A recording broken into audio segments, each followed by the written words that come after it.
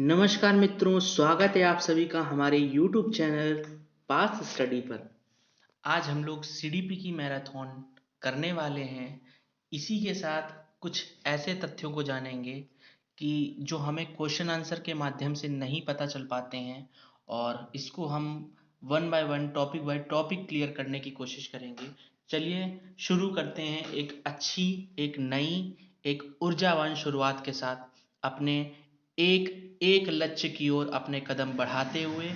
तो पहला मोटिवेशन हमारा यही रहेगा कि आपको मोटिवेट करें, ताकि आप मोटिवेट हो जाएंगे, फिर आराम से अपने टॉपिक्स भी क्लियर कर लेंगे और रिजल्ट भी बेहतरीन देंगे। तो चलिए शुरू करते हैं। राह संघर्ष की जो चलता है, राह संघर्ष की जो चलता है, वो ही संसार को बदलता है। राह संघर्ष की जो चलता है, वो ही संसार को बदलता है। जिसने रातों से जंग जीती है, सुबह सूर्य बनकर वही चमकता है। समझ रहे हैं आप बात को? कितनी प्यारी बात कही गई है कि जो रातों से जंग जीतता है, यानी जिसने रातों से जंग जीत ली। मेहनत करनी पड़ेगी आपको भाइयों और मेरी बहनों, मेहनत करनी पड़ेगी। अब जैसे आपको पता है आपका सीटेट का एग्जाम लगा, आप पढ़िए, बिना पढ़े नहीं हो पाएगा इतना अच्छा। स्कोर मारिए आप 110 120, जितना आपसे जा पाए, 100 के एवो भी रहना चाहिए। तो इसलिए जम के तैयारी करिए, आपके साथ हम सब लोग लगे हुए हैं। आपको मोटिवेट भी करेंगे, आपको पढ़ाएंगे भी, अच्छे मार्क्स भी गेन करवाएंगे, बस आप लोग लगे रहिए। तो चलिए शुरू करते हैं आज की अपनी मैराथन। आज हम लोग टॉपिक पढ़ने वाले हैं जीन प्याजे। तो जीन प्याजे में आज हम लोग सबसे पहले शुरू करेंगे कि जीन प्याजे की अवस्थाएं क्या होती हैं, क्या होता है, यही सब पढ़ने की कोशिश करेंगे। तो चलिए शुरू करते हैं। जीन प्याजे साहब जो थे हमारे, ये स्विट्जरलैंड के मनोवैज्ञानिक थे। कहाँ के थे? स्विट्जरलैंड के मनोवैज्ञानिक थे।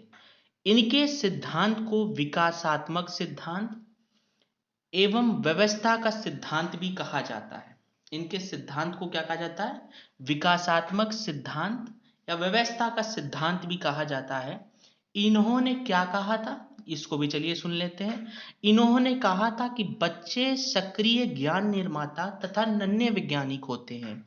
बच्चे कैसे होते हैं? सक्रिय ज्ञान निर्माता और नन्हे वैज्ञानिक होते हैं। और इनके बारे में जानते हैं। अच्छा, इनकी कुछ टर्म्स आ गई हैं, चलिए इन टर्म्स को भी समझ लेते हैं। आत्मसातकरण क्या होता है? आत्मसातकरण होता है जब पूर्व ज्ञान को नए ज्ञान से जोड़ना। पूर्व ज्ञान को नए ज्ञान से जोड़ना आत्मसातकरण होता है। जैसे एग्जाम्पल के लिए पूर्व ज्ञान को, जैसे कोई एक छोटा बच्चा है, उसने ए बी सी डी मिलानी सीखी या ए बी सी डी पढ़नी सीखी। ए बी सी डी पढ़ते पढ़ते पढ़ते पढ़ते अब क्लास 1 में उसने ए बी सी डी पढ़नी सीखी। क्लास 2 में जैसे ही वो आएगा, ए बी सी डी को पढ़ते ही पढ़ते एक सेंटेंस बन जाएगा। एक सेंटेंस, एक कोई भी नाम बनाना सीखेगा तो वो नाम जो होगा उन्हीं लेटर्स से बना हुआ होगा, यानी कहीं ना कहीं उसका पूर्व ज्ञान जोड़ा जा रहा है आने वाली कक्षाओं में। तो यही होता है हमारा आत्मसातकरण। ठीक है। अब अगला टर्म हमारा आता है समायोजन। समायोजन का क्या मतलब होता है? पूर्व ज्ञान में परिवर्तन करके, पूर्व ज्ञान में परिवर्तन करके वातावरण के साथ तालमेल बैठाना समायोजन कहलाता है। पूर्व ज्ञान में परिवर्तन करके, पूर्व ज्ञान में परिवर्तन करके वातावरण के साथ तालमेल बैठाना समायोजन कहलाता है। जैसे एग्जाम्पल के लिए बच्चे ने जैसे कुछ भी, किसी भी एक एनिमल्स को देख लिया। एग्जाम्पल के लिए जैसे उसने कुत्ते को देख लिया। अब कुत्ते को जैसे उसने देखा तो वो क्या कहेगा कि ये डॉग है। अब उसने काले कलर का कुत्ता देखा तो वो क्या कहेगा, ये भी डॉग है। अब जैसे ही उसने कुत्ते को देखा कहीं और पे, तो वो क्या कहेगा, ये भी डॉग है। अब उसने पहचानना सीख लिया है, वातावरण के अनुकूल कुत्ते को पहचानना सीख लिया है कि उसकी 4 टांगे होती हैं, एक पूंछ होती है, 2 कान होते हैं, यानी कुत्ता है वो। ठीक है। इसी को कहते हैं समायोजन। अब साम्य धारण एवं संतुलन क्या होता है? साम्य धारण एवं संतुलन, इसके द्वारा बच्चा आत्मसातकरण और समायोजन की प्रक्रियाओं के बीच संतुलन कर पाता है। इसके द्वारा बच्चा आत्मसातकरण और समायोजन की प्रक्रियाओं के बीच संतुलन कर पाता है। अब एग्जाम्पल के लिए मान लीजिए बच्चे ने कुछ दिनों बाद फिर से एक कुत्ते जैसी चीज देखी, मगर इस बार उसने क्या किया, उसने इस बार बिल्ली देख ली। अब उसने कहा इसकी भी यार 4 टांगे होती हैं, इसकी भी यार एक पूंछ है, इसके भी 2 कान हैं। तो बच्चे ने कहा मगर यार ये लग तो कुत्ते के तरीके नहीं रही है, तो छोटी सी लग रही है और म्याऊं म्याऊं कर रही है, कुत्ता भौं भौं करता है। तो कहीं ना कहीं बच्चे ने क्या किया, अपना आत्मसातकरण और समायोजन की प्रक्रियाओं के बीच संतुलन बैठाना अब वो सीख चुका है। तो उसे पता चल गया है कि ये बिल्ली है, वो कुत्ता था। ठीक है, इसी चीज को कहते हैं साम्य धारण संतुलन। ये टर्म्स से क्वेश्चन बनता है, तो इनको ध्यान से समझिएगा, क्या चीज इसमें बताई जा रही है और क्या चीज आपको समझनी है। धन्यवाद। अगली चीज है स्कीम्स और स्कीमा। अभी लास्ट ईयर जो एग्जाम हुआ था उसमें भी यहीं से क्वेश्चंस बने थे कि स्कीम्स और स्कीमा में अंतर क्या है। देखिए स्कीम्स जो होता है वो क्या होता है, किसी काम को करने के अलग अलग तरीके स्कीम्स का होता है, स्कीम्स कहलाता है। किसी काम को करने के अलग अलग तरीके को स्कीम्स कहते हैं। ठीक है, अब जैसे एग्जाम्पल के लिए कोई बच्चा सीधे हाथ से भी लिख लेता है ना, कोई बच्चा उल्टे हाथ से भी लिख लेता है, कोई बच्चे दोनों हाथ से लिख लेते हैं। काम एक ही हो रहा है मगर कैसे हो रहा है, अलग अलग तरीकों से हो रहा है। ठीक है ना, काम एक ही हो रहा है मगर अलग अलग तरीकों से हो रहा है, इसको कहते हैं स्कीम्स। अब स्कीमा क्या होता है, स्कीमा ये होता है कि शरीर के द्वारा की जाने वाली क्रियाएं जो मस्तिष्क से जुड़ी हों, शरीर के द्वारा की जाने वाली क्रियाएं, आप शरीर के द्वारा कोई भी क्रिया कर रहे हो जो आपकी मेंटली एक पावर को इफेक्ट कर रही है, तो कहीं ना कहीं वो आपके शरीर से भी जुड़ी है, तो वो आपका स्कीमा में ही आएगा। जैसे चेस खेलना, उदाहरण भी इसमें लिखा हुआ है, जैसे चेस खेलना।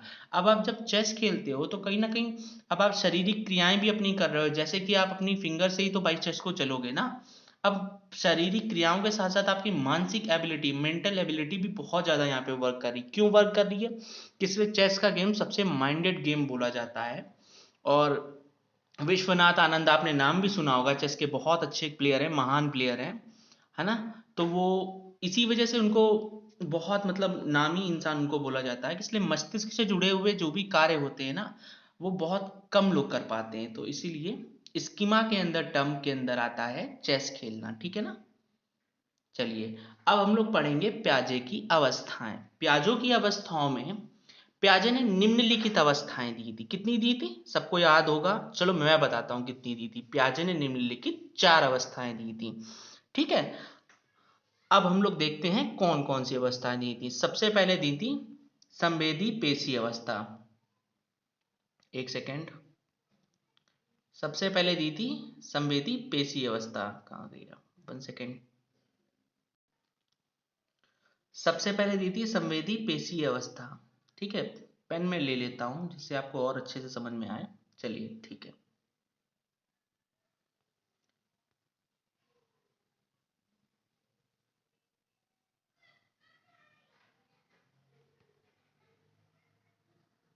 एक सेकेंड जरा रुकिएगा, मैं पेन सेलेक्ट कर रहा हूं मगर सेलेक्ट नहीं हो रहा। ठीक है चलिए, सेलेक्ट हो गया, चलिए ठीक है ठीक है।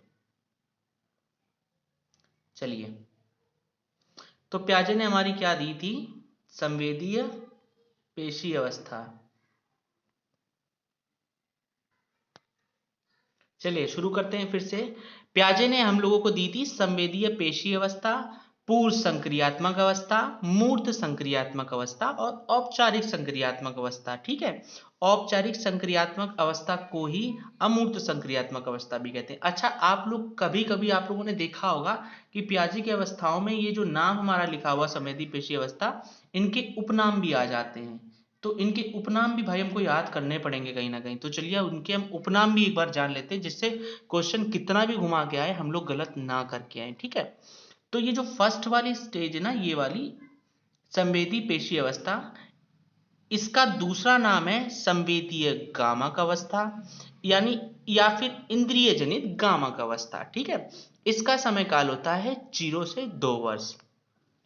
अब पढ़ते हैं इस अवस्था के अंदर। इस अवस्था में बालक के अंदर वस्तु स्थायित्व का गुण आ जाता है। क्या आ जाता है? इस अवस्था में बालक के अंदर वस्तु स्थायित्व का गुण आ जाता है। मैं आपको समझाता हूं, इसी लाइन से क्वेश्चन आपका बना हुआ है वस्तु स्थायित्व से।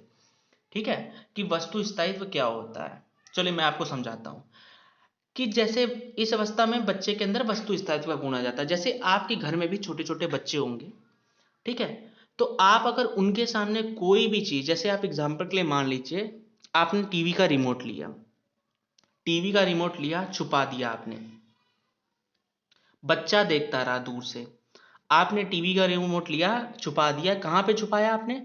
उसको छुपा दिया आपने अलमीरा के अंदर। अब आप आए, शाम को आए आप घर में, आप रिमोट भूल गए, तो आपको बच्चा खुद लेके जाएगा रिमोट के पास तक, इसलिए उसने देख लिया था।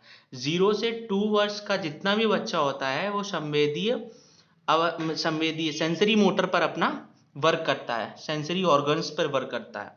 ठीक है, सेंसरी ऑर्गन्स पर ही पूरा पूरा वर्क करता है। इस वजह से वो दिमाग उसका बहुत ज्यादा तेज होता है, वो चीजों को झटपट झटपट ऐसे ही एकदम निकाल के ले आएगा कहीं से भी, अगर आपने छुपा के रखी हैं। ठीक है, कुछ और चीजें मैं इनमें बताना चाहता हूं। जैसे इस अवस्था में ही बालक सहज क्रियाएं शुरू कर देता है ना, सहज क्रियाएं शुरू कर देगा। जैसे पहले कोई चीज पकड़ेगा, फिर देखेगा, फिर चूसना शुरू कर देगा, फिर उसके बाद ऐसे ही देखता रहेगा, फिर मुंह में डालेगा, फिर छुपा के रख देगा। उसको बहुत जल्दी प्रिय हो जाती हैं चीजें। और इस अवस्था में बालक त्रुटि पर, इस अवस्था में जो बालक होता है वो त्रुटि पर सीखने की कोशिश करता है। त्रुटियों के द्वारा ही बच्चा सीखता है। ठीक है ना। चलिए अब हम अगली अवस्था की ओर बढ़ते हैं, पूर्व संक्रियात्मक अवस्था। पूर्व संक्रियात्मक अवस्था जो हमारी अवस्था है, इसको पहले मैं साफ कर देता हूं, एक मिनट, अब आपको अच्छे से समझ में आएगा। अब हम लोग पढ़ते हैं पूर्व संक्रियात्मक अवस्था। ठीक है, पूर्व संक्रियात्मक अवस्था जो हमारी है, इसी का दूसरा नाम है ठोस संक्रियात्मक अवस्था। इसी का दूसरा नाम सॉरी मुझसे एक मिस्टेक हो गई है। पूर्व संक्रियात्मक अवस्था का ही नाम है प्राक संक्रियात्मक अवस्था। ठीक है, प्राक संक्रियात्मक अवस्था का टाइम पीरियड कितना है? 2 से 7 ईयर्स। 2 से 7 ईयर्स प्राक संक्रियात्मक अवस्था का टाइम पीरियड क्या है? 2 से 7 ईयर। अच्छा, आपको मैं एक चीज और बताना चाहता हूं, ये जो टाइम पीरियड है ना, ये टाइम पीरियड आप अवस्थाओं के उससे भी रिलेट कर सकते हैं कि बच्चा इसमें कौन सी उम्र में होगा। भाई 2 से 7 साल का बच्चा कौन सी उम्र में होगा, 0 से 2 साल का बच्चा कौन सी उम्र में होगा, शैशवावस्था में, छोटा बच्चा है भाई, इसमें बाल्यावस्था के अंतर्गत में आने लगेगा, है ना। तो मूर्त संक्रियात्मक अवस्थाओं के अंतर्गत चलिए हम पढ़ लेते हैं। सबसे पहले इसमें पहले मैं आपको कुछ मेन टर्म्स बता देता हूं। ठीक है, इसमें क्या होता है कि बच्चा संकेत और चिन्हों के माध्यम से सीखता है। बच्चा संकेत और चिन्हों के माध्यम से सीखेगा। ठीक है, और उनका प्रयोग भी वैसे ही करना सीख लेता है। अच्छा, एक चीज मैं आपको और बताता हूं कि इस अवस्था में क्या होता है कि बालक निर्जीव अवस्था, वो क्या करता है कि बालक जो भी निर्जीव चीज को देखता है, मान लीजिए कोई भी निर्जीव, ये एक पेन है, ठीक है, उसने एक पेन को देखा, उसने एक पेन को जैसे ही देखा तो वो क्या समझने लगेगा? इसको सजीव समझने लगेगा, इसी से बात करने लगेगा। अच्छा, आपने देखा होगा कि छोटे पे क्या होता था, अगर जैसे कि हम जब छोटे थे, हम सब भी छोटे रहे होंगे भाई, ऑब्वियस सी बात है, सब छोटे ही से होकर बड़े होते हैं। तो जब हम क्या करते थे, हम जब जमीन पे गिर जाते थे तो हमारी मम्मी लोग क्या करती थी, हमारे सामने आती थी और जमीन को मारती थी और उससे कहती थी, तूने मेरे बेटे को गिराया, तूने मेरे बेटे को गिराया, चल मैं तुझे मारती हूँ। तो उससे होता क्या है कि बच्चा चुप हो जाता है ना। तो इसीलिए इसमें बताया गया था कि बच्चे निर्जीव चीजों को ही सजीव समझने लगते हैं। अच्छा, एक चीज और मैं इसी अवस्था में आपको बताना चाहता हूं कि इस अवस्था में ही बालक के अंदर आत्म केंद्रित की भावना आ जाती है। अच्छा, आत्म केंद्रित का मतलब क्या होता है? ईगोसेंट्रिज्म, मतलब इसका मतलब ये होता है बच्चा को ये लगने लगता है कि जो मैं कर रहा हूं ना वही सब कुछ है, वही आप भी करिए। अगर मैं चॉकलेट खा रहा हूं तो आपको भी चॉकलेट ही पसंद होगी और कुछ पसंद नहीं हो सकता, इसीलिए वो सबसे यही कहता है आप भी चॉकलेट ही खाओगे और कुछ नहीं खाओगे। ठीक है। और इस अवस्था में ही बालक जो होता है ना, क्या करता है पता है, सांकेतिक भाषा में तेजी से विकसित होने लगता है। सांकेतिक भाषा के शब्द इसमें तेजी से विकसित होने लगते हैं। ठीक है। और बच्चे को के अंदर केंद्रीकरण का भाव आने लगता है, बच्चे के अंदर केंद्रीकरण का भाव आने लगता है। इसके 4 ये तथ्य हैं, इन पॉइंट्स को हम याद कर लेंगे कि जीववाद, अहं केंद्रित, अपलटावी और केंद्रीकरण, ये किसके अंतर्गत आते हैं, ये हमारे आते हैं पूर्व संक्रियात्मक अवस्था के अंतर्गत। ठीक है, पूर्व संक्रियात्मक अवस्था के अंतर्गत आते हैं। चलिए अब हम अगले अपने उसमें बढ़ते हैं। अब हमारी आती है मूर्त संक्रियात्मक अवस्था। ठीक है बच्चों, मूर्त संक्रियात्मक अवस्था मूर्त संक्रियात्मक अवस्था जो होती है मूर्त संक्रियात्मक अवस्था जो होती है, इसका टाइम पीरियड होता है 7 से 11 वर्ष।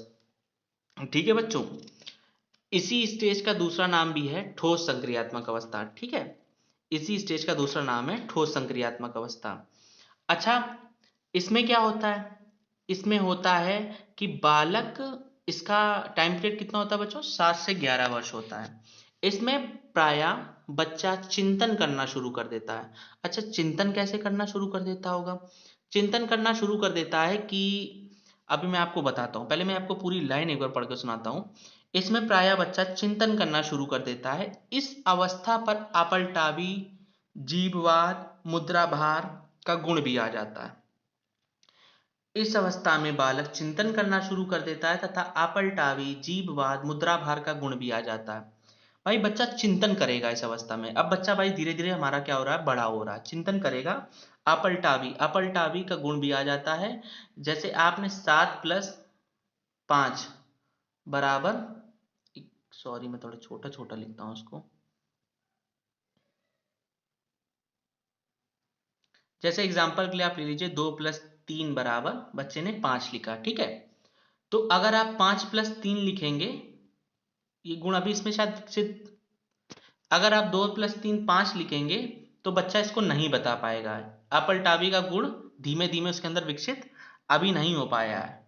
ठीक है, अब जीववाद, इस अवस्था में बच्चों जो अपलटावी का गुण है ना, ये विकसित हो जाता है हमारा। थोड़ा मुझसे बोलने में गलती हो गई है तो इसलिए आप लोग वो मत सोचिएगा। इस अवस्था में बालक में अपलटावी का गुण जो है वो हमारा विकसित हो जाता है। ठीक है, पेन का कलर चेंज कर लूं क्या, चलिए ठीक है, आप लोग के लिए पेन का कलर चेंज कर लिया मैंने। अपलटावी का गुण विकसित हो जाता है। ठीक है बच्चों, अब उसके बाद क्या है हमारा कि आगमन तर्कणा, आगमन तर्कणा का गुण भी इसी में चलता है। अच्छा, आगमन तर्कणा क्या होता है और एक निगमन तर्कणा और होता है, वो क्या होता है, चलिए मैं आपको बताता हूँ आगमन तर्कणा क्या होता है। आगमन तर्कणा का मतलब होता है कि इसमें बच्चे को पहले, आगमन तर्कणा का मतलब, आगमन तर्कणा का मतलब ये होता है कि बच्चे को अगर पहले आप उदाहरण समझाएंगे उसके बाद ही वो नियम समझ पाएगा। ठीक है ना, ये किस अवस्था के अंतर्गत में होता है, ये मूर्त संक्रियात्मक अवस्था के अंतर में आता है। ठीक है, अब हम अपनी नेक्स्ट वो पढ़ते हैं, इसका नाम है अमूर्त संक्रियात्मक अवस्था या औपचारिक संक्रियात्मक अवस्था। इसी को क्या बोलते हैं, औपचारिक संक्रियात्मक अवस्था। इसका टाइम पीरियड क्या होता है, 11 से 16 वर्ष या 11 से 15 वर्ष। ठीक है, 11 से 15 वर्ष भी होता है। कहीं कहीं आपको 16 दिखा मिलेगा, कहीं कहीं आपको 15 दिखा मिलेगा। अगर दोनों में से आपको कोई भी मिलता है तो आप उसको सही कर सकते हैं। ठीक है बच्चों, चलिए अब हम आगे जानते हैं इस अवस्था के अंतर्गत क्या होता है। इस अवस्था के अंतर्गत होता है कि बालक के अंदर सोचने समझने की क्षमता तथा समस्या समाधान करने का गुण आ जाता है। बच्चा क्या करता है कि पहले चीजों को सोचेगा, समझेगा, फिर उसको समाधान करने का गुण भी आ जाता है धीमे धीमे। क्यों, क्योंकि भाई बच्चा हमारा बड़ा हो रहा है। अब बच्चा हमारा बड़ा हो रहा है, इस वजह से इसके अंदर एक गुण आ जाता है। अच्छा, ये चीज के अंदर होता क्या है, बालक पहले कोई भी चीज, जैसे आप उसको कोई भी काम देते हो तो उसको पहले अच्छे से सोचेगा, समझेगा, फिर उसका समाधान निकालेगा। ये गुण किस अवस्था के अंतर्गत आता है, अमूर्त संक्रियात्मक अवस्था के अंतर्गत। चलिए अगला टॉपिक हम लोग अपना देखते हैं लॉरेंस कोहलबर्ग। कोहलबर्ग के भी बहुत सारे आते हैं, कोहलबर्ग के भी बहुत सारे क्वेश्चंस आते हैं। किस लिए भाई, यही चीज माने हुए टॉपिक होते हैं, कुछ इन्हीं से ही क्वेश्चन आते हैं, इसलिए मैंने वही टॉपिक आपके छांट के रखे हुए हैं जिनसे क्वेश्चन सबसे ज्यादा आपके आते हैं। चलिए अब हम पढ़ेंगे लॉरेंस कोहलबर्ग को। इसमें इन्होंने बताया था कि नैतिकता का सिद्धांत वह गुण, ठीक है, वह गुण जो सही और गलत की पहचान कराता है, वह गुण इनका सिद्धांत था, नैतिकता का सिद्धांत। इन्होंने अपने सिद्धांत में क्या बताया था कि वह गुण जो सही व गलत की पहचान करता है वही क्या होता है, हमारा नैतिकता का सिद्धांत होता है। ठीक है। अच्छा, ये कोहलबर्ग थे कहाँ के? ये कोहलबर्ग अमेरिका के थे। ये भाई निवासियों से क्वेश्चन आ जाता है, तो आप लोग जरा इसको याद जरूर रखिएगा कि कौन कहाँ का था। कोहलबर्ग कहाँ के थे? हमारे अमेरिका के निवासी थे। इन्होंने क्या किया था? इन्होंने नैतिक विकास का सिद्धांत या नैतिकता का सिद्धांत दिया था। इन्होंने क्या किया था? नैतिक विकास का सिद्धांत या नैतिकता का सिद्धांत दिया था। कोहलबर्ग के नैतिक स्तर अब हम लोग पढ़ लेते हैं। ठीक है, कोहलबर्ग के नैतिक स्तर अब हम लोग पढ़ लेते हैं। वैसे कोहलबर्ग के 3 नैतिक स्तर थे। ठीक है, उस 3 नैतिक स्तर में इन्होंने एक के अंदर दो दो अवस्थाओं के बारे में बताया, उसी के अकॉर्डिंग हम लोग पूरे पूरे पढ़ेंगे। ठीक है, तो पहला इनका है प्राक रूढ़िगत नैतिकता का स्तर। प्राक रूढ़िगत नैतिकता का स्तर, एक सेकेंड, प्राक रूढ़िगत नैतिकता का स्तर, इसका टाइम पीरियड होता है 4 से 10 वर्ष। ठीक है, इस अवस्था में नैतिकता शून्य होती है। इस अवस्था में नैतिकता शून्य होती है, यानी बच्चों को सही गलत के बारे में पता नहीं होता। भाई बच्चे हमारे अभी छोटे हैं, तो उनको सही और गलत के बारे में पता नहीं होता है, वो कुछ भी कर सकते हैं इस अवस्था में, है ना। इस अवस्था में वो कुछ भी कर देते हैं। जैसे अगर आपने उनकी कॉपी ले ली तो वो आपको मार देंगे या आपका पेंसिल तोड़ देंगे या मतलब कुछ भी कर देते हैं ऐसा, इसलिए उन्हें भाई सही गलत के बारे में नहीं पता है, तो ऐसी वो चीजें करते रहते हैं। अच्छा, इसके 2 टर्म्स हैं इसके अंदर में ही, दंड व आज्ञा पालन, और एक होता है साधनात्मक सापेक्षता तथा उन्मुखता। पहले हम दंड एवं आज्ञा पालन करेंगे। इसमें सजा और आज्ञा का पालन किया जाता है। इसमें सजा और आज्ञा का पालन किया जाता है। जैसे अगर आप चोरी करोगे तो आपको पुलिस पकड़ के ले जाएगी, है ना। जैसे अगर आप चोरी करोगे तो आपको पुलिस पकड़ के ले जाएगी। ये क्या होता है? एक सजा भी इसमें मिल रही है और एक आज्ञा का पालन भी करवाया जा रहा है। तो ये किसके अंतर्गत आएगी? दंड एवं आज्ञा पालन, कि अगर बच्चा चोरी करेगा तो उसको पुलिस पकड़ के ले जाएगी। तो ये हमें इसमें बताया जाता है। दूसरा होता है साधनात्मक सापेक्षता तथा उन्मुक्ता। साधनात्मक सापेक्षता तथा उन्मुक्ता के अंदर कहा गया है कि इस अवस्था में बालक को जैसे कि तैसा अवस्था भी कहा जाती है। इस अवस्था को बालक की जैसे कि तैसी अवस्था भी कही जाती है। जैसे एग्जांपल के लिए मैं आपको बताता हूं, जैसे आपने बच्चे की पेंसिल ली, ठीक है, ये छोटे में हम लोगों ने भी बहुत किया है। इसलिए भाई छोटे में तो सब छोटे ही छोटे होते हैं, तो वही बस छोटे वाली लड़कपन वाली दिमाग। तो क्या होता था कि अगर छोटा बच्चा है, उसकी किसी छोटे बच्चे ने पेंसिल तोड़ दी, अब वो क्या करेगा? उसकी भी पेंसिल लेके तोड़ देगा। तो ये क्या है? इसीलिए इसको जैसे कि तैसी अवस्था बोली है कि भाई तू मेरे साथ जैसा करेगा मैं भी तेरे साथ वैसे ही करूंगा। इसीलिए इसको जैसे कि तैसी अवस्था बोली गई है। ठीक है, चलिए आगे पढ़ते हैं। दूसरा है हमारा रूढ़िगत नैतिकता का स्तर। इसमें क्या होता है? 10 से 13 वर्ष के अंतर्गत इसका टाइम पीरियड रखा गया है। अच्छा, इसके अंदर पढ़ते हैं। इस अवस्था में बच्चा दूसरे लोगों की मांगों को अपने अंदर समावेशित कर लेता है। इस अवस्था में बच्चा दूसरे की मांगों को अपने अंदर समावेशित कर लेता है। उसको क्या लगने लगता है कि जो दूसरा बोल रहा है वैसे उसी के अकॉर्डिंग ही सब कुछ सही है, वैसा ही वो अपने अंदर तथ्य बना लेता है कि वो जो बोल रहा है वही सही है, वो जो बोल रहा है वही गलत है। दूसरे के अकॉर्डिंग ही खुद के परसेप्शन बना लेता है कि ये जो कह रहा है यही सही है, ये जो कह रहा है यही गलत है। ठीक है, मेरी बात समझिएगा आप लोग। तथा उसी के तथ्य पर सही और गलत का निर्णय लेता है। तथा उसी के तथ्य पर वो जो बोलता है उसी के अकॉर्डिंग सही और गलत का निर्णय ले लेता है। इस अवस्था को 2 भागों में बांटा गया है। इस अवस्था को, किस अवस्था को? रूढ़िगत नैतिकता के स्तर को दो भागों में बांटा गया। एक होता है हमारा अच्छा लड़का अच्छी लड़की बनने की उन्मुखता, और एक होता है हमारा कानून एवं व्यवस्था उन्मुखता। अच्छा लड़का अच्छा लड़की बनने की उन्मुखता क्या है? ये अगर आप चोरी नहीं करोगे, काम में अपना मन लगाओगे, तो आप कैसे हो? अच्छा लड़का और अच्छी लड़की बनने की उन्मुखता। कानून एवं व्यवस्था उन्मुखता का मतलब क्या है कि अगर आप जैसे रेड लाइन है, जैसे कि आप ट्रैफिक नियम का पालन करोगे, अब रेड लाइट हो गई है तो आपको रुक जाना है ना? रुकोगे नहीं तो क्या होगा? आपका चालान होगा। इस टाइम तो वैसे भी चालान का तो आप लोग जानते ही हो क्या रेट चल रहा है, तो उस हिसाब से भाई रुक जरूर जाना आप लोग भी, ठीक है ना? वरना आप लोग रुको ही ना, पता चला एकदम निकालते चले जा रहे हूँ करके। तो इसलिए आप लोग भी कानून एवं व्यवस्था का पालन करेंगे। ऐसे हमारे बच्चे को भी आपको सिखाना है कि कानून एवं व्यवस्था उन्मुक्ता का आपको पालन करना है, कि रेड लाइट हुई है तो आपको रुक जाना है, नहीं रुकोगे तो उसका चालान करना पड़ेगा, कानूनी कार्रवाई होके रहेगी, ठीक है ना? चलिए आगे बढ़ते हैं। अब तीसरी हमारी व्यवस्था है उत्तर रूढ़िगत नैतिकता। ये होती है 13 से ऊपर वर्ष वालों के लिए। अच्छा, इसमें क्या होता है? इसमें निर्णय खुद लिए जाते हैं। इसमें जो बच्चा होता है ना, ये खुद ही निर्णय लेगा। अब किसी से नहीं भाई, किसी के ऊपर डिपेंड नहीं रहेगा। वो बड़ा हो रहा है धीमे धीमे, अब वो क्या कहेगा? खुद ही मैं निर्णय लूंगा, मैं सब कुछ खुद जानता हूं अब। तो इस अवस्था को दो भागों में, इस अवस्था की दो अवस्थाएं होती हैं। क्या कौन सी होती है? सामाजिक अनुबंध उन्मुखता, एक होती है सार्वभौमिक नैतिक सिद्धांत की उन्मुखता, ठीक है ना? चलिए आगे चलते हैं हम लोग। अगला हमारा जो टॉपिक है वो हमारा है मनोसामाजिक सिद्धांत, ठीक है ना? मनोसामाजिक सिद्धांत जो था हमारा, ये हमारा दिया था एरिक एरिक्सन ने, ठीक है ना? ये हमारा किसने दिया था? एरिक एरिक्सन ने।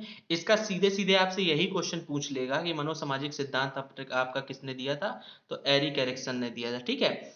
इसका मुख्य उद्देश्य बच्चों में व्यक्तिगत पहचान कैसी होती है उस पर था। भाई इसने कहा था कि बच्चे कैसे पहचानेंगे व्यक्तिगत रूप में कि बच्चा होता कैसा है, इसीलिए इसने अपना मनोसामाजिक सिद्धांत दिया था, उसके अकॉर्डिंग बच्चों को पहचानने की कोशिश करी थी। इसका वैसे आप लोग सीधे सीधे यही याद रखिएगा कि मनोसामाजिक सिद्धांत एरिक्सन ने दिया था, इसी से ही क्वेश्चन बनता है, ज्यादा डीप क्वेश्चन नहीं रहता। चलिए आगे बढ़ते हैं। अगला हमारा जो टॉपिक है वो है भाई साहब हमारा वाइगोस्की, ठीक है? वाइगोस्की हम लोग अच्छे से पढ़ेंगे थोड़ा। तो वाइगोस्की कहाँ के थे हमारे? वाइगोस्की हमारे भाई साहब थे, एक सेकंड रुकिए मैं इसको साफ कर दूं। वाइगोस्की हमारे थे रूस के। कहाँ के थे भाई? रूस के मनोवैज्ञानिक थे। उन्होंने क्या कहा था? उन्होंने कहा था कि सामाजिक सांस्कृतिक सिद्धांत मैं दूंगा, मैं दे के रहूंगा सामाजिक सांस्कृतिक सिद्धांत। क्या दिया था भाई? सामाजिक सांस्कृतिक सिद्धांत दिया था, ठीक है। अब देखिए इनके बड़े मतभेद रहते थे, किसके साथ भाई? प्याजे भाई साहब के साथ। किस लिए? दोनों अपने आप में बहुत अच्छे, बहुत ही ज्यादा अच्छे अच्छे वैज्ञानिक थे, इसलिए इनमें आपस में ही मतभेद रहते थे। प्याजे क्या कहते थे भाई? प्याजे कहते थे कि पहले विकास हुआ है बाद में अधिगम हुआ है। पहला बच्चा बड़ा हुआ है, बाद में उसने सीखा है क्या करना? लर्निंग करना, ठीक है ना? जबकि वाइगोस्की कहते थे कि पहले बच्चा सीख चुका है, बाद में उसका विकास होगा। भाई बातें तो दोनों की कहीं ना कहीं सही है। तो कुछ वैज्ञानिक क्या हुआ, मानने वाले प्याजे के साथ चले गए, कुछ वाइगोस्की के साथ आ गए। वाइगोस्की भी ठीक कह रहे हैं अपनी जगह, प्याजे भी ठीक कर रहे हैं। तो वो चलिए बात की बात है, आगे हम लोग अपना पढ़ लेते हैं। तो ये याद रखिएगा कि ये सामाजिक सांस्कृतिक सिद्धांत किसने दिया था? हमारा वाइगोस्की ने दिया था। दूसरा, वाइगोस्की हमारे कहाँ के थे? ये हमारे रूस के थे। चलिए आगे बढ़ते हैं। अब वाइगोस्की के दो महत्वपूर्ण नियम है, ठीक है ना? उस नियमों को हमें जरूर से जरूर पढ़ना पड़ेगा। पहला है संपिवस्त विकास निकट विकास का क्षेत्र, ठीक है? संपिवस्त निकट विकास का क्षेत्र।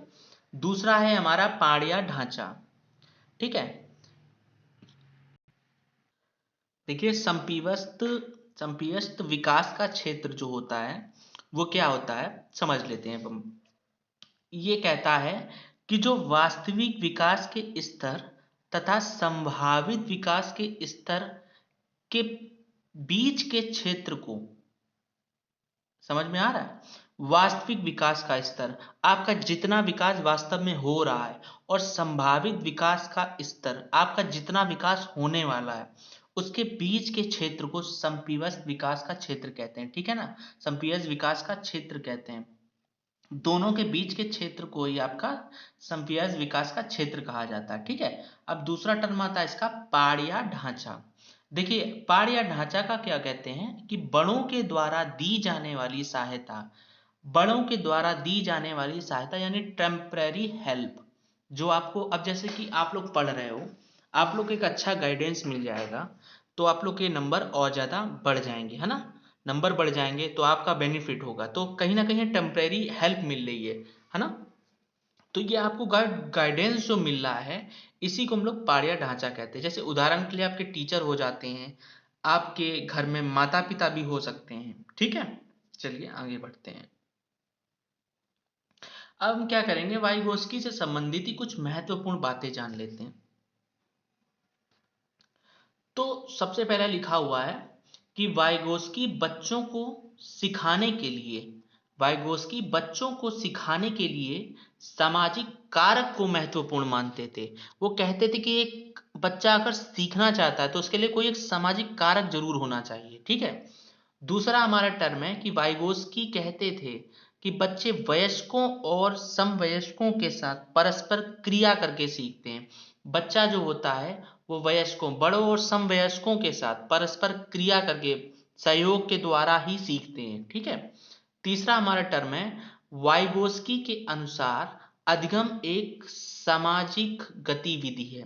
लर्निंग एक सामाजिक गतिविधि है कि आप सीखोगे, है ना, समाज के द्वारा ही सीखोगे। किसने, वाइगोस्की ने समाज को बहुत महत्व दिया है अपने उसमें, थ्योरी में, सिद्धांत में बहुत ज्यादा महत्व दिया है।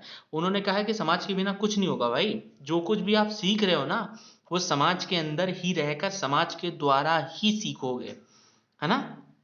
इसीलिए वो कहते भी थे कि बालक सबसे अधिक भाषा जो सीखेगा वो समाज के द्वारा अंतःक्रिया करके सीखेगा, खुद से नहीं सीख सकता जब तक इंटरेक्ट नहीं होगा वो सामने के समाज के साथ अपने। ठीक है, चलिए आगे बढ़ते हैं।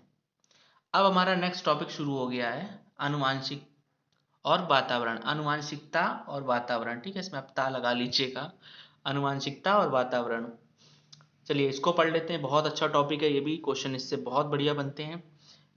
इनमें केवल आपको पता है समझने वाली चीज क्या है, आपको ऐसा बस एज अ थ्योरी नहीं है जैसे होती, कान पे लगा लीजिए लीड, आपको देखने की भी कोई जरूरत नहीं है। केवल आप कान पे लीड लगा लीजिए और मेरी बातों को केवल आप सुनते जाइएगा, आपको सुनते सुनते ही मैं याद करा दूंगा। याद कराने से ज्यादा इसमें मैटर ये करता है कि आपको चीजें समझ में आ जाए। समझ में आ गई तो आपको जीवन भर ये याद बनी रहेंगे, आप भूल नहीं पाओगे। चलिए समझ लेते हैं आप। देखिए इसमें बताया गया है कि मानव विकास के, इसको क्या कर, मानव विकास में दोनों का महत्वपूर्ण योगदान होता है। अब मानव विकास में दोनों का महत्वपूर्ण योगदान होता है यानी आनुवांशिकता और वातावरण का। ठीक है, आनुवांशिकता और वातावरण का दोनों का महत्वपूर्ण योगदान होता है। विकास तभी संभव होगा जब आनुवांशिक लक्षण या आनुवांशिकता और वातावरण दोनों का समायोजन होगा, तभी क्या होगा, हमारा विकास हो जाएगा। फिर क्या होगा, चलिए अगला पॉइंट देख लेते हैं एक बार, कि इसमें लिखा हुआ है कि माता पिता की शारीरिक एवं मानसिक विशेषताओं, माता पिता की शारीरिक एवं मानसिक विशेषताओं का संतानों में हस्तांतरण होना ही वंशानुक्रम है। भाई एग्जाम्पल के लिए आप ये मानिए कि आपके घर में आपके दादी दादा हैं, आपके पापा मम्मी हैं, अगर उनमें से सब लोग लंबे ही लंबे हैं तो कहीं ना कहीं आपके नाटे होने का कोई भी बनता ही नहीं है औचित्य, है ना। आप भी लंबे ही होगे, किसलिए, आप क्या किसके ऊपर जा रहे हो, आप अपनी पीढ़ी के ऊपर जा रहे हो, आपके अनुवांशिक गुण है वो, आप आपके वंशानुक्रम लक्षण है वो, आप उसी के ऊपर जा रहे हो। जैसे आपने कभी कभी देखा होगा किसी की फैमिली में अगर कोई हाइट से कम है, जैसे किसी की हाइट अगर 4 फुट है ना, कोई नाटे लोग हैं तो उनकी पीढ़ी जितनी भी होती है ज्यादातर नाटी ही रहती है ना। एक्सेप्शन केसेस की बात नहीं कर रहा हूँ, वो 1-2% वो हो भी सकता है, 1-2% में वो एक्सेप्शन अलग रहते ही रहते हैं। चलिए आगे बढ़ते हैं। अच्छा इसमें क्या बताया गया है, इसमें कुल गुणसूत्रों की संख्या, ये पता है ये क्वेश्चंस आए हुए हैं ऐसे सीधे सीधे आ जाते हैं। कुल गुणसूत्रों की संख्या कितनी है हमारी, 46 है। ठीक है, 46 है। और इसमें कभी कभी 46 ना देके क्या करता है, 23 जोड़ी कर देगा, 23 जोड़े कर देगा। ठीक है, 23 जोड़े कर देता है। अब इसमें अगर एक्स वाई होगा तो क्या होगा, लड़का हो जाएगा, और अगर एक्स एक्स होगा तो क्या हो जाएगी, लड़की हो जाएगी। ठीक है, आगे पढ़ लेते हैं। आनुवांशिकता के संबंधित कुछ महत्वपूर्ण सिद्धांत, क्या लिखा हुआ है? आनुवांशिकता के संबंधित कुछ महत्वपूर्ण सिद्धांत। अब इसमें पहला आता है प्रत्यागमन का सिद्धांत। प्रत्यागमन के सिद्धांत में क्या बताया गया है कि विपरीत गुण का होना, विपरीत गुण का होना, कम बुद्धि वाले माता पिता के बच्चों का तेज होना। कभी कभी आप लोगों ने देखा, एग्जाम्पल के लिए हम लोग एक चीज समझते हैं कि कोई कोई माँ बाप होते हैं, वो मतलब बिल्कुल भी कभी स्कूल भी नहीं गए होते हैं और उनका बच्चा आईएएस बन जाता है। एक रिक्शा चलाने के वाले का बच्चा आईएएस बन जाता है। एक घर में झाड़ू लगाने वाली, सबके घर में माँ उसकी झाड़ू लगाती थी जाके, वो एक बिटिया आईएएस बन गई। तो कहीं ना कहीं ये सब चीजें आपके आसपास भी ये सब चीजें होती होंगी ना। तो इनको देखिए और समझिए ये कैसे हो जाता है। ये प्रत्यागमन के सिद्धांत के कारण होता है कि इसमें बताया ही गया है कि विपरीत गुण का होना, मतलब विपरीत गुण होंगे। जरूरी नहीं है कि उसमें मम्मी पापा बहुत ज्यादा तेज है तो बच्चा ही बहुत ज्यादा तेज होगा। मगर पता है ये गुण आते किस वजह से हैं? ये गुण आते हैं उनकी पीढ़ी की वजह से। उनकी पीढ़ी में कोई ना कोई एक ऐसा इंसान पक्का रहा होगा जिसके बहुत ज्यादा जो तेज रहा होगा, उसी के ही गुण आ जाते हैं उस बच्चे में, जो बच्चा बहुत अच्छा बन जाता है। चलिए आगे बढ़ते हैं। दूसरा है हमारा गाल्टन का सिद्धांत। इसमें क्या कहा गया है? इसमें कहा गया है कि इसमें गुण बच्चे की पिछली पीढ़ी, जैसे दादा दादी से आते हैं। इसमें गुण क्या होते हैं? बच्चे की पिछली पीढ़ी दादा दादी से आते हैं, ठीक है। बीजमैन के सिद्धांत में क्या कहा गया है कि इसके अनुसार माता पिता के गुण कभी खत्म नहीं होते हैं, निरंतर चलते रहते हैं। भाई साफ सीधी बात है, माता पिता के जीन्स आपके अंदर आएंगे, आपके जीन्स आपकी संतानों के अंदर जाएंगे, आपकी संतानों के जीन्स उनकी संतानों के अंदर जाएंगे। तो ऐसे ट्रांसफर होते रहते हैं। ये गुण जो हैं ये खत्म नहीं होते हैं, ठीक है। एकदम सही बताया गया है, एकदम ऐसे ही बढ़ते चले जाएंगे, बढ़ते चले जाएंगे। आगे आपकी पीढ़ी दर पीढ़ी दर पीढ़ी यही गुण चलते चले जाते हैं, है ना। गुण कभी खत्म नहीं होते हैं। चलिए आगे बढ़ते हैं। कुछ पॉइंट्स हैं उनको देख लेते हैं कि प्रकृति पोषण विवाद आनुवांशिकी और वातावरण से संबंधित है। इस लाइन से क्वेश्चन बने ऐसे डायरेक्ट डायरेक्ट कि प्रकृति पोषण विवाद निम्नलिखित में से किससे संबंधित है? तो किससे संबंधित है? आनुवांशिकी और वातावरण से संबंधित है, ठीक है। आनुवांशिकता को स्थिर सामाजिक संरचना माना गया है। कैसा माना गया भाई? स्थिर सामाजिक संरचना माना गया है। अच्छा, आंखों का रंग, त्वचा, स्किन, ये सब कैसे होते हैं हमारे? आनुवांशिकता के कारण, आनुवांशिकता के कारण होता है ना। आनुवांशिकता से संबंधित कारक हैं ये सारे। कैसे? आंखों का रंग हो गया, आपके गोरे या काला हो गया, ये सब आपका आनुवांशिकता पे ही डिपेंड करता है, ठीक है। चलिए आगे बढ़ते हैं। मोटिवेशन आ गया भाई फिर से कि आप लोग कहीं बीच बीच डाउन ना पड़ जाओ, इसीलिए बीच बीच में उन्होंने मोटिवेशन लगाया हुआ है ताकि आप भी बहुत अच्छे से तैयारी कर पाओ और हमें भी उससे मोटिवेट करे। और वीडियो को लाइक जरूर करिएगा, बहुत मेहनत लगती है वीडियो बनाने में। पूरी पूरी इसमें ये समझ लीजिए कि पूरी पूरी रातें चली जाती हैं कभी कभी, तो इसलिए आप वीडियो को लाइक जरूर करिएगा और ऐसे ही हम लोग को सपोर्ट जरूर करते रहिएगा। बीच बीच में आप भी हमें मोटिवेट करिएगा, बीच में कमेंट करिए आप लोग। अभी मैं पूरी वीडियो इसको यूट्यूब में डलवाऊंगा तो उसको आप उसमें कमेंट करिएगा, जिससे हमें भी हौसला मिले, हम भी आपके लिए और अच्छी मैराथन इससे के बाद ला सकें और खूब आपके साथ मेहनत कर सकें। चलिए एक बार समझते हैं क्या लिखा हुआ है। तो इसमें लाइंस लिखी हुई हैं, बहुत अच्छी लाइंस हैं। ये आपके ऊपर ही है कि आप समझिएगा, इसको दिल से लीजिएगा पूरा पूरा, ठीक है। लिखा हुआ है कि अभी तो इस बाज की असली उड़ान बाकी है। भाई सीटेट बाकी है, ठीक है। बहुत अच्छा एग्जाम आपको देना है इस बार। कि अभी तो इस बाज की असली उड़ान बाकी है, अभी तो इस परिंदे का इम्तिहान बाकी है, अभी अभी तो मैंने लांगा है समुद्रों को, अभी अभी तो मैंने लांगा है समुद्रों को, अभी तो पूरा आसमान बाकी है, अभी तो पूरा आसमान बाकी है। तो इसीलिए अपनी तैयारी को जोर शोर से भाई करिएगा और आपको टारगेट 120 प्लस ही लेके चलना है, 120 प्लस ही आप लोग लाइएगा, जिससे बहुत अच्छा आप आने वाले दिनों में अपना स्कोर करने के बाद, फील्ड आपके पास बहुत सारी भी हैं। सुपर टीटी आएगा, एनबीएस आएगा, आपको थोड़ा केवीएस से थोड़ा दिक्कत हो गई है इस बार, मगर परेशान ना होइए, दिक्कत नहीं, हर चीज का सॉल्यूशन ही होता है कहीं ना कहीं। एनवीएस आएगा, डी ट्रिपल एस भी आता है, आप हर जगह अप्लाई कर सकते हो। आपका सुपरडेटिव वैकेंसी भी आने वाली है, कुछ टाइम पे आ जाएगी, तो इसलिए आप लोग लगे रहिए जी जान से। इस बार सीटेट आपको फोड़ के आना है, ठीक है ना। चलिए आगे बढ़ते हैं अब अपने। अब हमारा मोस्ट इंपॉर्टेंट टॉपिक है, मोस्ट इंपॉर्टेंट टॉपिक है भाई ये है हमारा एनसीएफ।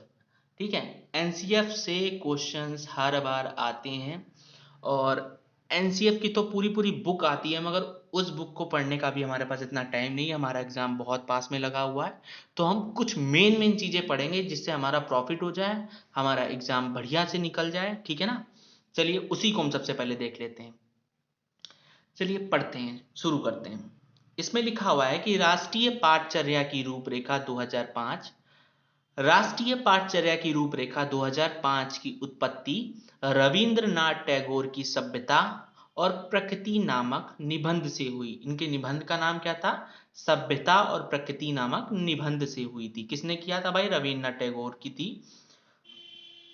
राष्ट्रीय पाठचर्या की रूपरेखा बाल केंद्रित होती है, ठीक है ना, चाइल्ड सेंटर होती है, बच्चे को केंद्र बिंदु माना जाता है। इसमें बच्चे को कहा जाता है कि ये भाई बंदा बीच में रहेगा, इसके बाद इसका शिक्षक आएगा, बीच में पाठ्यक्रम, फिर सबसे पहले बच्चा आएगा, बच्चा हमेशा बीच पे ही रहेगा। अब हमारा पहले क्या होता था, शिक्षक को ही मान के करी जाती थी, अब हमारा बच्चा बीच में रहेगा, ठीक है।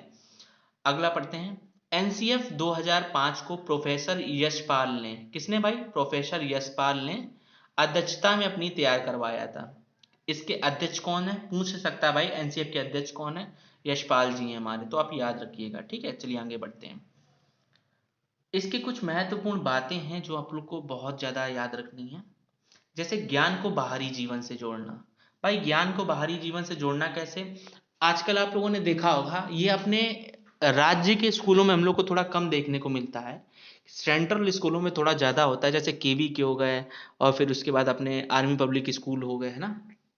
उनमें ये चीज ज्यादा दिखाया जाता है कि बच्चे को, आपको ज्ञान बाहरी ज्ञान से जोड़ना है। ये नहीं है कि आपको बच्चे को बस आपने रटवा दिया, पढ़ा दिया, उसको समझ में आना भी है तो उसको लेके जाना है आपको बाहर, और उसको समझाना है। इसीलिए आजकल आप लोगों ने देखा है कि बच्चे को कहीं ना कहीं उसके बैग कम करने की कोशिश करी जा रही है, इसीलिए हफ्ते में एक दिन उसका जो बनाया गया है वो नो बैग डे बनाया गया है, नो बैग डे बनाया गया है।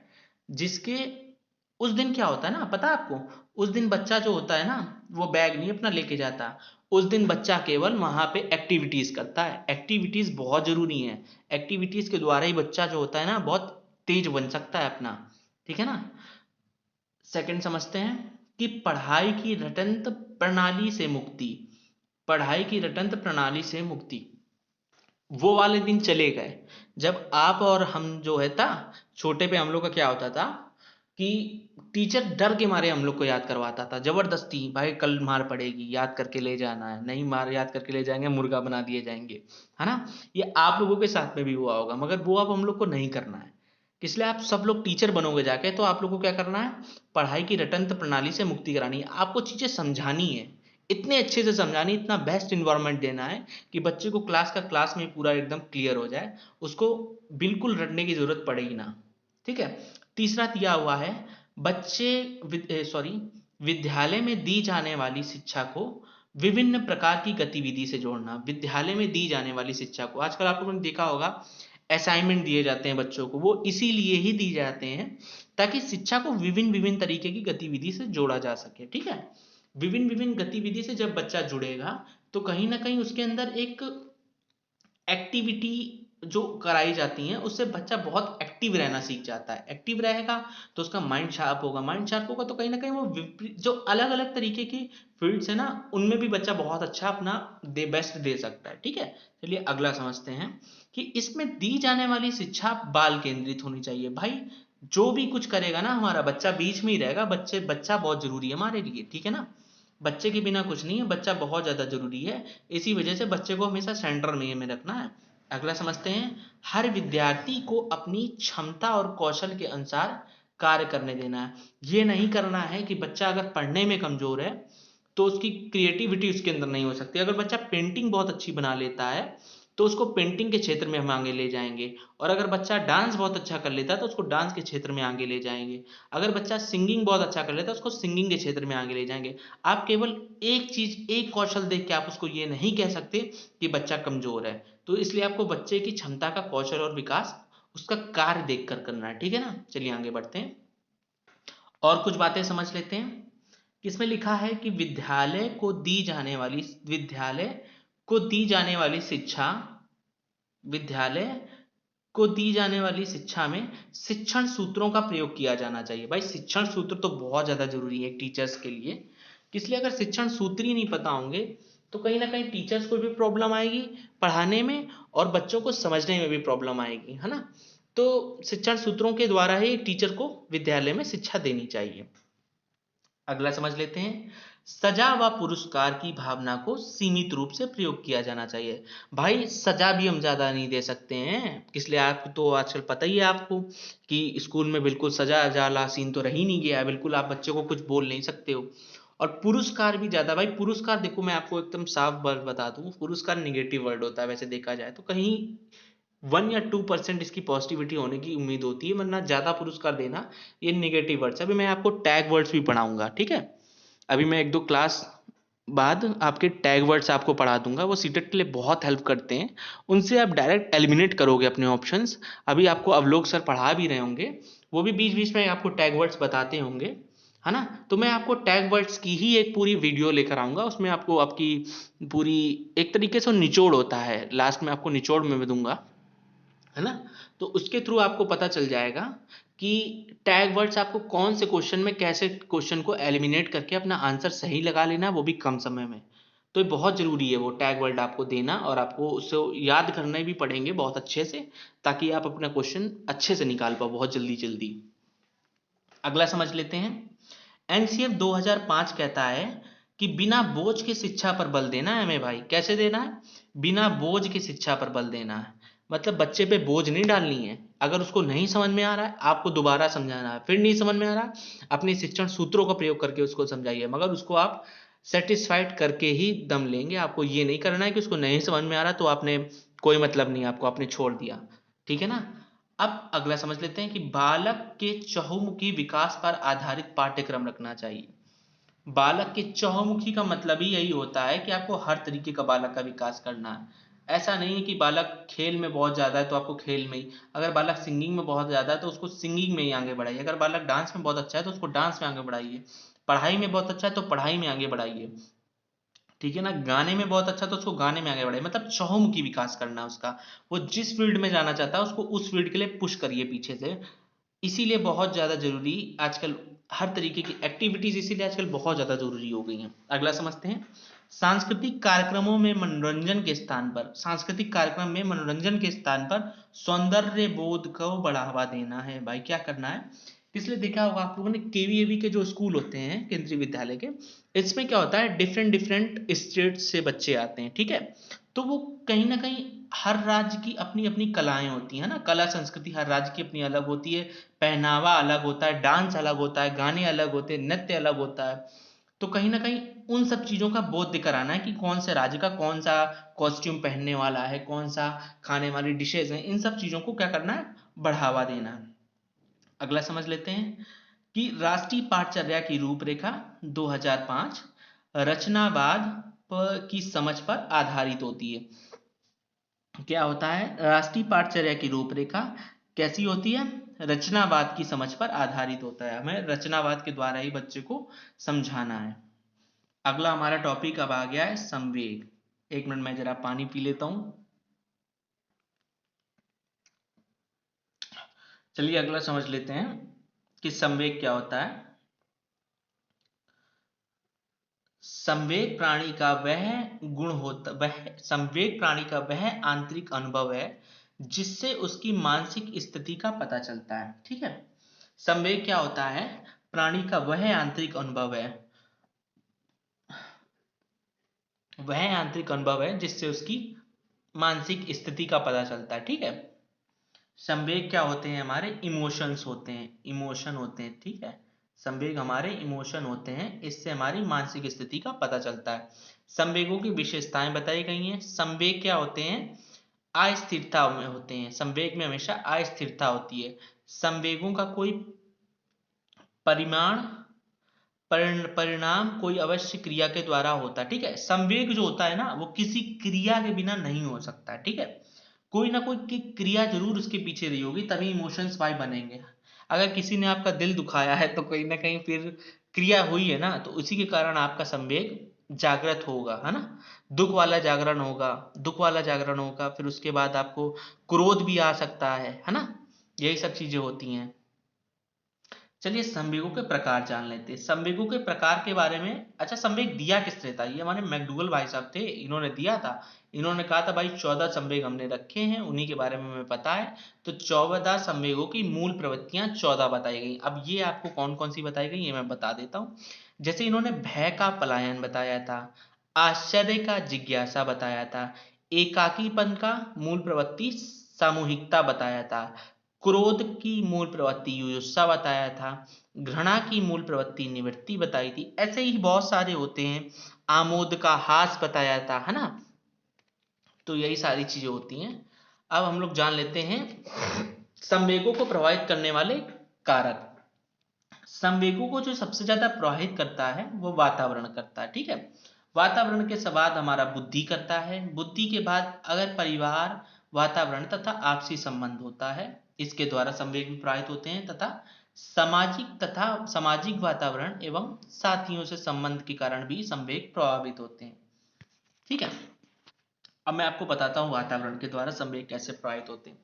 एग्जाम्पल के लिए मान लीजिए आप एक ऐसे माहौल में रह रहे हैं जहां पर बहुत ज्यादा लड़ाई होती है, बहुत ज्यादा रोज दंगे हो रहे हैं, तो कहीं ना कहीं आपके अंदर भी वो एक अग्रेसिव गुण आने लगेगा, है ना।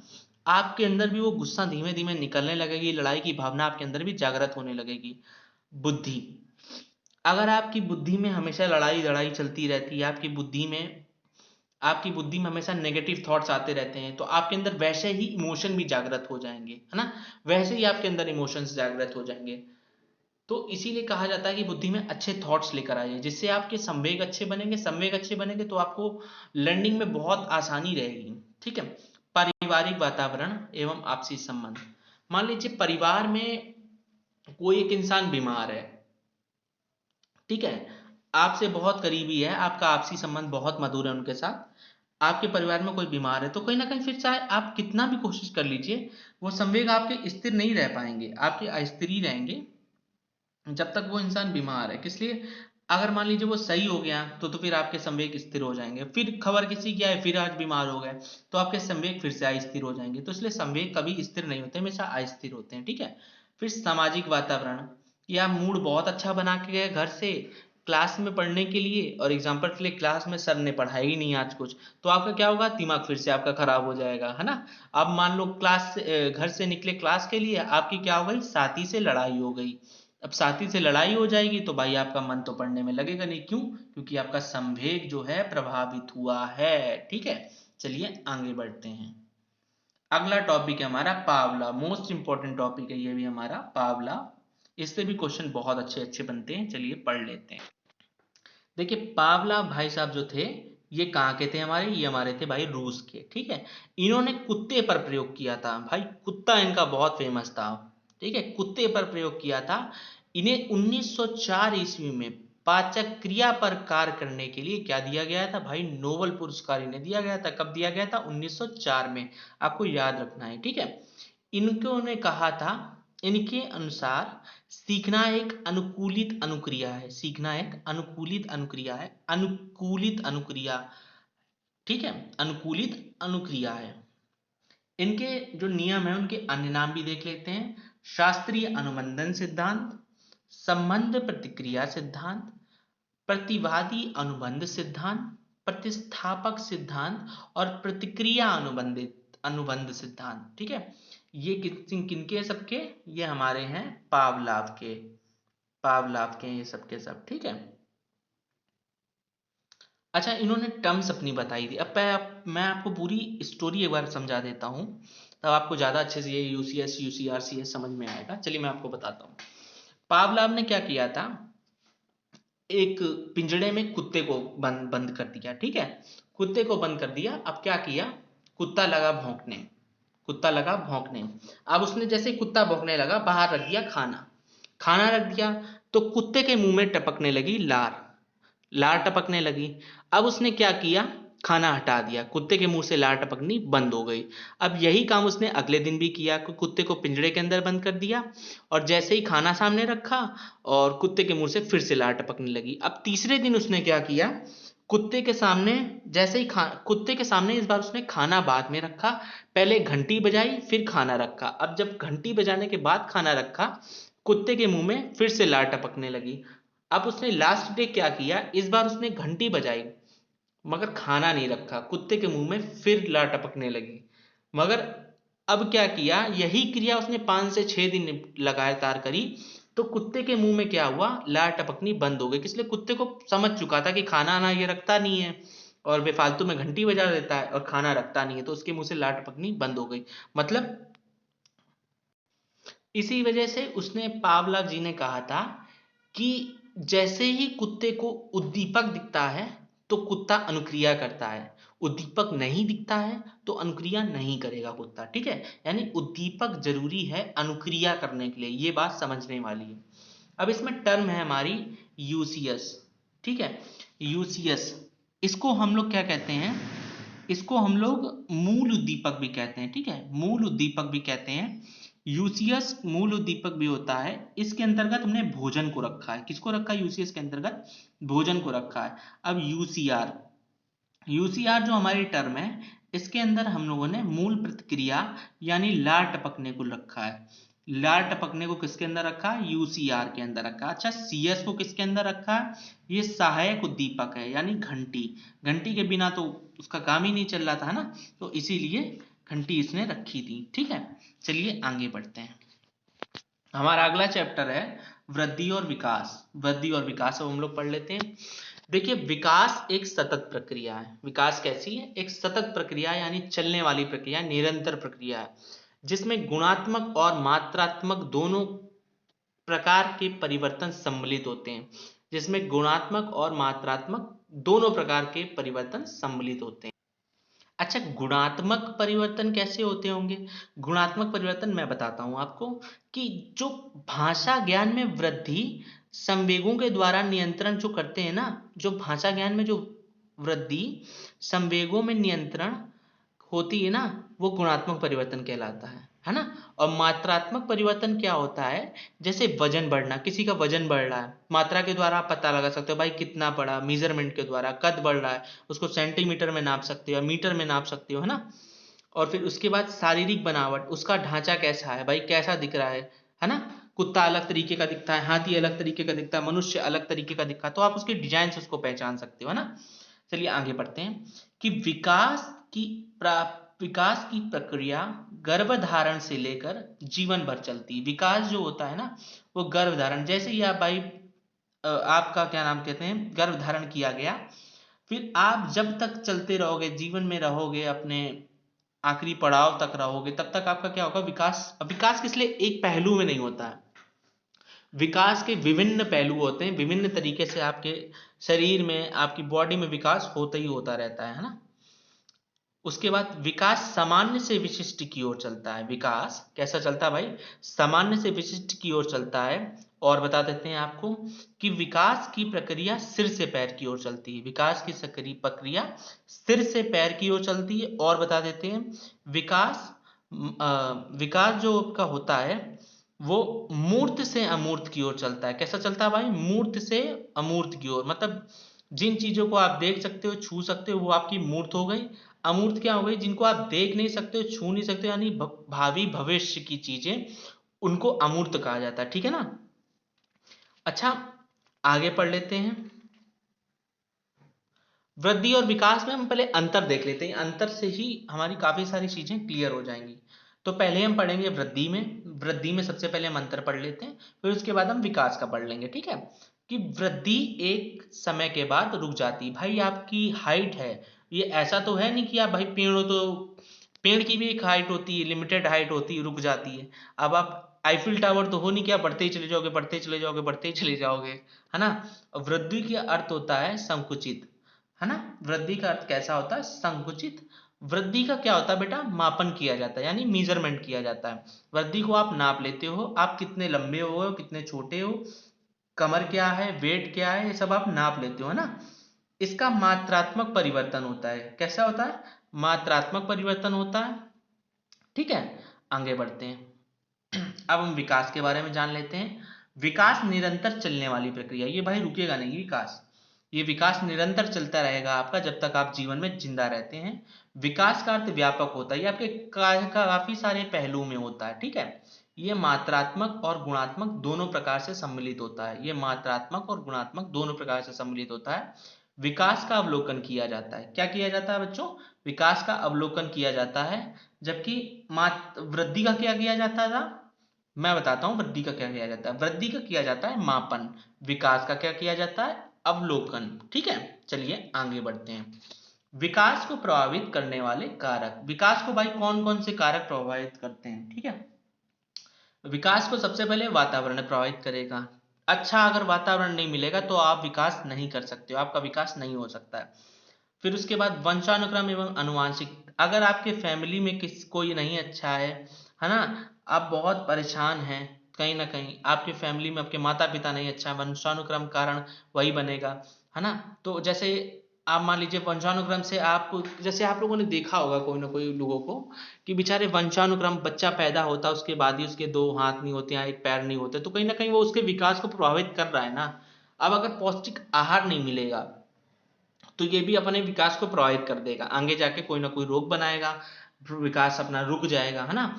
और बुद्धि, अगर मान लीजिए कोई मंद बुद्धि का बच्चा है ना, कोई जड़ बुद्धि का बच्चा है, तो उसके कारण भी विकास जो होता है बहुत प्रभावित होता है। ठीक है, चलिए आगे बढ़ते हैं। हमारा नेक्स्ट टॉपिक है बंडूरा का सिद्धांत, अल्बर्ट बंडूरा। ठीक है, इसको पढ़ लेते हैं। बंडूरा ने अपने सामाजिक सीखने के सिद्धांत में किस पर बल डाला था, अनुकरण पर। इन्होंने कहा था बच्चा जो कुछ भी सीखेगा वो दूसरों के द्वारा अनुकरण करके, दूसरों की छवि को कॉपी करके ही सीखेगा। ठीक है, आगे पढ़ते हैं। इन्होंने कहा था कि बालक अपने परिवार तथा आस पड़ोस में प्रयोग की जाने वाली भाषा को अनुकरण के माध्यम से सीखता। भाई अगर आपके आस पड़ोस में अच्छा एनवायरनमेंट बच्चे को मिलेगा तो बच्चा बहुत अच्छा बन सकता है, और अगर उसको गलती से एनवायरनमेंट गंदा मिल गया तो वो फिर वो आपने कल्पना भी नहीं की रही होगी वो ऐसा इंसान बन सकता है। तो इसीलिए लोग कहते हैं कि घर मकान लेने से पहले अपना आस पड़ोस जरूर से जरूर अच्छे से देख लें कि उसको एनवायरनमेंट कैसा है वहां का, है ना। चलिए आगे बढ़ते हैं। अब आते हैं कि बालक के आसपास जिन शब्दों का प्रयोग किया जाता है, भाई क्या किया जाता है, बालक के आसपास जिस शब्दों का प्रयोग किया जाता है वह उसी को आसानी से प्रयोग करना सीख लेता है। क्या करता है, बालक के आसपास आप जिन शब्दों का प्रयोग करेंगे बालक उसी को ही आसानी से प्रयोग करना सीख लेंगे। अगर मान लीजिए आपका बच्चा है, उसके सामने अगर आप गाली देंगे तो कहीं ना कहीं वो गाली अपने आप ही बोलना सीख लेगा, है ना। वैसे ही अगर आपके आस पड़ोस में बहुत गंदे लोग रह रहे हैं, अच्छे से बातचीत नहीं कर रहे हैं, रोज लड़ाइयाँ कर रहे हैं, तो आपके बालक के ऊपर भी उसका प्रभाव पड़ेगा तो वो चीज़ों को सीख लेगा कि नहीं सीख लेगा। इसीलिए कहा जाता है भाई आस पड़ोस अपना बहुत अच्छा आदत देख के रखिए, घर वहीं पे बनवाएं जहाँ पे आपका आस पड़ोस बहुत अच्छा हो, जिससे आपके बच्चे जो हैं, है ना, वो बिल्कुल इफेक्टेड ना हो पाए उससे। ये हमारा पार्ट 1 था जो आज हम लोगों ने कंप्लीट किया है। आने वाला है हमारा पार्ट 2। इसमें अच्छा रिस्पांस दिखाइएगा, वीडियो को शेयर करिएगा, स्टेटस पे लगाइएगा, सपोर्ट करिए हमें। हम आपके साथ मेहनत करने के लिए तैयार हैं, आप भी थोड़ा हमारे प्यार दिखाइए, वीडियो को लाइक करिएगा, शेयर करिएगा, चैनल को सब्सक्राइब करिएगा। और मैं पंकज सिंह आपसे दोबारा मिलूंगा। ठीक है, तब तक के लिए जय हिंद।